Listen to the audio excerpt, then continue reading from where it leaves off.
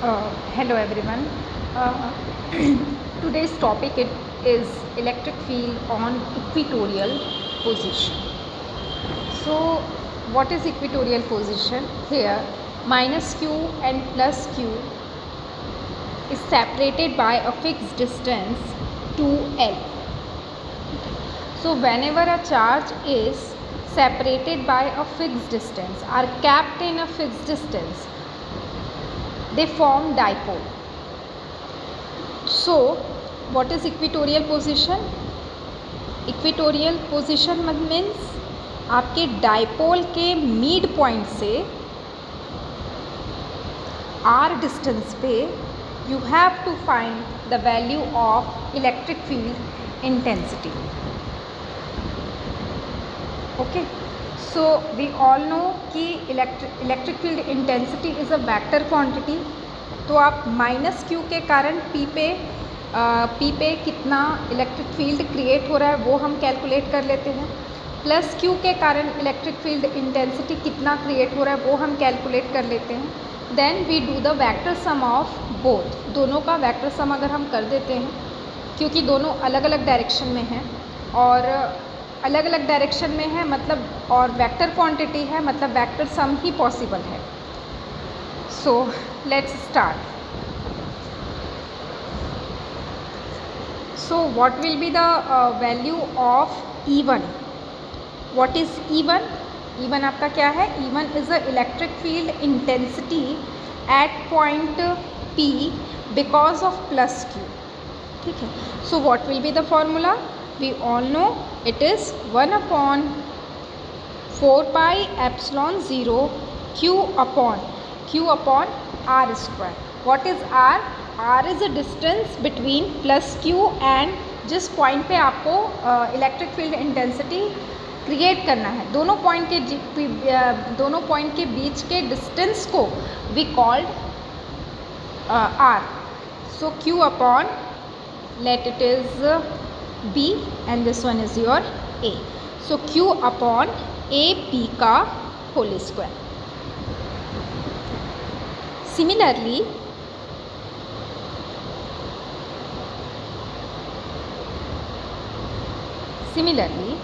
आप E2 की value आप कैलकुलेट कर सकते हैं. E2 is a electric field intensity at point P because of minus Q. ठीक है. सो यहाँ पे अगर मैं डायरेक्शन की बात करूँ तो डायरेक्शन के लिए मैंने जब क्लासेस लिया था तब मैंने आप लोगों को ये बताया था कि जैसे जिस पॉइंट पे आपको electric field intensity find out करना है वहाँ पर वी कैप्ट टेस्ट चार्ज यहाँ पर, और test charge always you have to take positive charge. ठीक है, पॉजिटिव यूनिट चार्ज. तो टेस्ट चार्ज आप यहाँ रखते हैं और टेस्ट चार्ज जिस डायरेक्शन में फोर्स फील करेगा उसी डायरेक्शन में आपके इलेक्ट्रिक फील्ड इंटेंसिटी की डायरेक्शन होगी. तो ये आपका पॉजिटिव चार्ज है और यहाँ पर पॉजिटिव टेस्ट चार्ज एज्यूम करेंगे. दोनों इस टेस्ट चार्ज पे लगने वाला force, so according to Coulomb's law, दो चार्जेस के बीच में लगने वाला जो फोर्स है वो उन दोनों चार्जेस को मिलाने वाले लाइन के अलोंग ही लगता है, चाहे वो अट्रैक्शन हो या रिपल्शन हो. So both are positive. तो ऑब्वियस सी बात है टेस्ट चार्ज में रिपल्शन फोर्स लगेगा. रिपल्शन मतलब वो इससे दूर भागने की कोशिश करेगा, मतलब E1 will be in this direction. Okay. Similarly आपके पास माइनस Q चार्ज है. माइनस Q चार्ज के कारण P पे कितना इलेक्ट्रिक फील्ड क्रिएट हो रहा है? तो अकॉर्डिंग टू द फॉर्मूला यहाँ पे अगर मैं डायरेक्शन लिख दूँगी तो डायरेक्शन मेरी आएगी A से P की तरफ. Direction will be from A to P. Similarly 1 upon E2 की value 1 upon 4 pi epsilon 0 Q upon BP whole square. What is BP? BP is the distance between source charge and test charge. Now here this one is your negative charge. Test charge को हमेशा आपको you have to take positive. So इन दोनों के बीच में attraction का force काम करेगा. attraction force काम करेगा मतलब ये जो test charge है it will move towards B. तो डायरेक्शन क्या हो जाएगी? In the direction PB. सो ये ठीक है। अब अगर मैं थोड़ा सा यहाँ पे मैथमेटिक्स लगाऊँ, क्योंकि यहाँ पर you don't know the value of A P and B P. तो यहाँ पर देखिए, क्योंकि हमने मिड पॉइंट से लिया है, मतलब this distance is L, this one is also L, ठीक है। यहाँ पर आपने इक्वेटोरियल पोजीशन पे लिया है ना। तो ये वाला एंगल जब भी हम डिस्टेंस लेते हैं तो वो हमेशा परपेंडिकुलर डिस्टेंस या शॉर्टेस्ट डिस्टेंस को ही लिया जाता है। तो ये अंडरस्टूड है कि this angle is 90 degree. Now by Pythagoras theorem, जो कि आपका H square is equals to P square plus B square होता है। सो ए से लेके पी तक का डिस्टेंस आपके पास कितना आ जाएगा, R square plus L square. Pythagoras theorem is always applicable in a right angle triangle. पहला तो आपका राइट एंगल ट्रायंगल होना चाहिए। क्यों यूज़ किया जाता है कि अगर आपको एक साइड पता, दो साइड्स अगर किसी ट्रायंगल का पता है, राइट एंगल ट्रायंगल की दो साइड्स अगर नोन है, तो अननोन साइड को फाइंड आउट करने के लिए आप यूज़ करते हैं पाइथागोरस थ्योरम। सिमिलरली बीपी की जो वैल्यू है that was also R square plus L square, ठीक है। तो ये है E1, this one is your E2, और दोनों की डायरेक्शन आपकी अलग अलग है। अगर मैं इसको ग्राफिकली शो करूँ तो डायरेक्शन मेरी कुछ इस तरीके से आएगी, मतलब इस P पॉइंट पे दो तरह का फोर्स लगेगा, और एक मिनट वेट करेंगे थोड़ा सा। हाँ, इस P पॉइंट पे दो तरह का फोर्स लगेगा, मतलब यहाँ पे जो टेस्ट चार्ज है, एक फोर्स E1 की डायरेक्शन में लगेगा और एक फोर्स E2 की डायरेक्शन में लगेगा। हमारा टारगेट क्या है, हमको नेट E की वैल्यू हमको फाइंड आउट करनी है। नेक्स्ट देखते हैं इसी में आगे।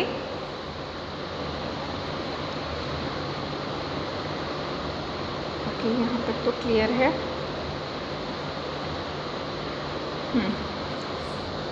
We can consider from the figure, अगर ये वाला एंगल, अगर ये दिस एंगल इज़ थीटा, तो ये एंगल भी आपका क्या होगा, थीटा होगा। क्यों? क्योंकि देखिए ये आपका ट्रायंगल पी बी और ए में दो साइड्स आपकी इक्वल है, ये वाली साइड इस साइड के क्या है, इक्वल है।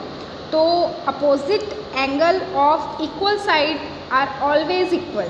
तो ये दोनों जब आपका थीटा हो जाए, दोनों एंगल आपके क्या हो जाएंगे, थीटा हो जाएंगे। अब यहाँ से आप एक पैरेलल लाइन ए बी यानी डायपोल के पैरेलल मैंने एक लाइन ड्रॉ की है ना।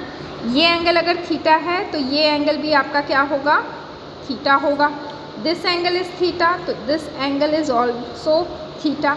ये एंगल थीटा है तो ये वाला एंगल भी आपका क्या होगा, थीटा होगा। ऐसा हम क्यों कर रहे हैं, देखिए 11th में हमने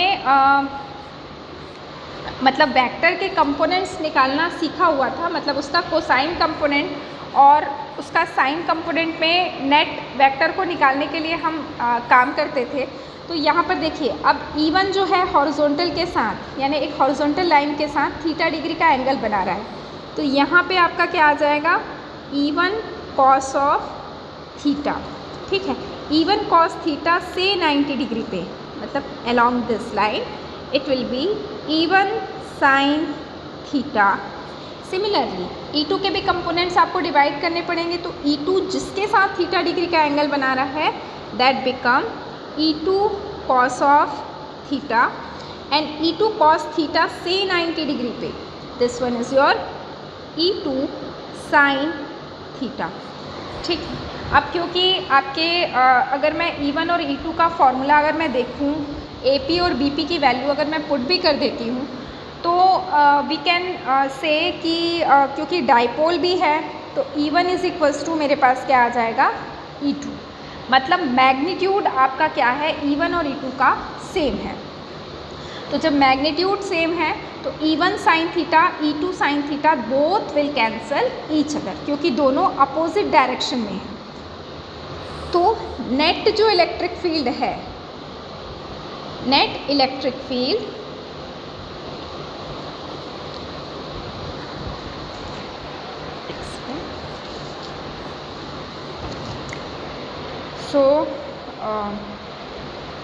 net electric field is equals to how much, E is equals to, यहाँ डायग्राम से क्योंकि साइन कंपोनेंट आपका दोनों कैंसिल हो गया, this one and this one, केवल कॉस कंपोनेंट आपस में ऐड होते जाएंगे, तो ई कॉस थीटा प्लस ई कॉस थीटा। हमने क्या लिया है यहाँ पर, हमने लिया है E1 is equals to E2 is equals to E, ठीक है। तो यहाँ पर आपके पास ये we can write it like 2E cos theta. So E की वैल्यू पुट कर दीजिए तो क्या हो जाएगा 2 into Q upon 4 pi epsilon 0 into R square. What is R square? Under root R square plus L square का whole square, ये इसका होल स्क्वायर, क्योंकि पाइथागोरस थ्योरम से हमने उसको कैलकुलेट किया था और उसके साथ एक कॉस वाला टर्म हमारे साथ और मल्टीप्लाई हो रहा है। सो यहाँ पर से फिर आपके पास फाइनल एक्सप्रेशन मेरे पास आ जाता है, this one is your 2q upon 4 pi epsilon 0।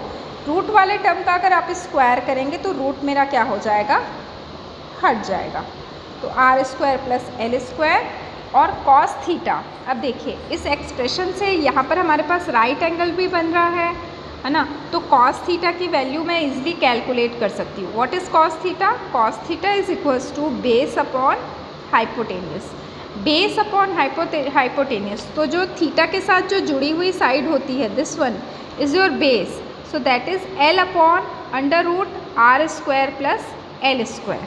यहाँ पर मैं कॉस थीटा की वैल्यू रख देती हूँ, that is L upon under root R square plus L square, ठीक। तो फाइनल एक्सप्रेशन मेरे पास आ गया,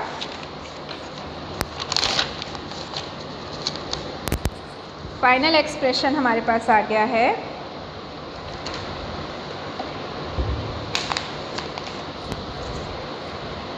ये एक्सप्रेशन आपके पास आया है 2ql upon 4 pi epsilon 0 R square plus L square to the power 3/2, ये एक्सप्रेशन आया है। और 2ql is known as dipole moment, that is p। तो यहाँ पर p upon 4 pi epsilon 0 R square plus L square to the power 3/2। Special cases I will tell you tomorrow. Thank you.